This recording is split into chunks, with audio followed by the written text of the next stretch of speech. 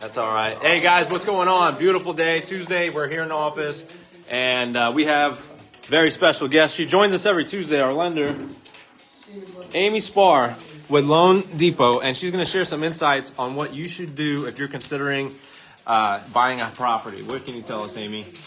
Well, first of all, don't buy a new car. Don't let anybody pull your credit to buy a new car. Finding out, like lots of people, when they get their income tax, they want to go buy a new car because they've got money to put down, but that dealership will pull your credit like 40 times. Hard pull or soft pull? They usually do both. They can do both. Ooh. So be careful, because I've seen where they've lowered scores so low that it causes you not to be able to buy a house.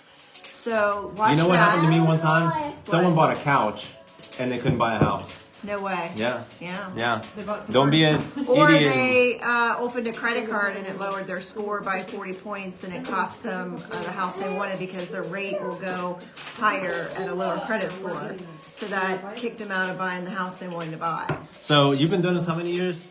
37. 37 years she's been doing it. What's the craziest story of someone doing something dumb and not being able to buy a house? Oh my Or gosh. lowering them, kicking them out from where they were at? Matt, you're next. I think it was one time a seller tried to sell a house and they didn't tell the realtor that they were married. And we go to do the title search and it shows somebody else owning the home, and couldn't close because the spouse didn't want to sell it.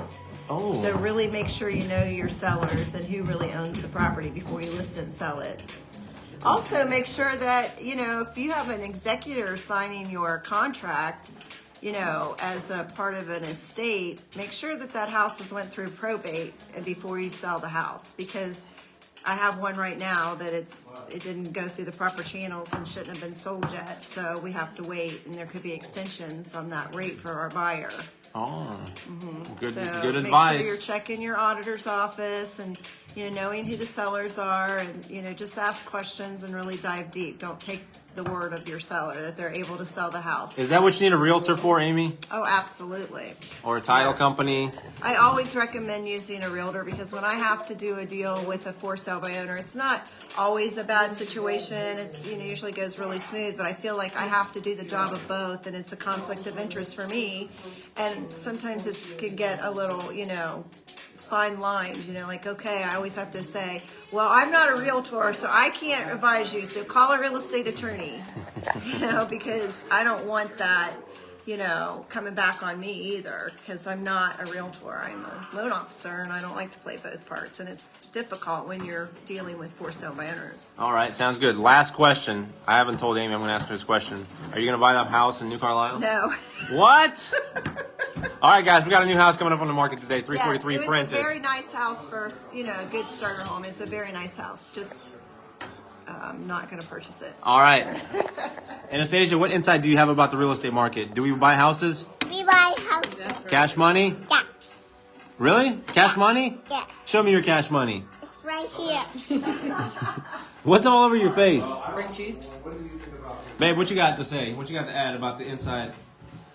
Ammie gave a lot of great information, so if you need a loan, contact her. Well, thank And if you need a house, contact Jesse. us. Yeah.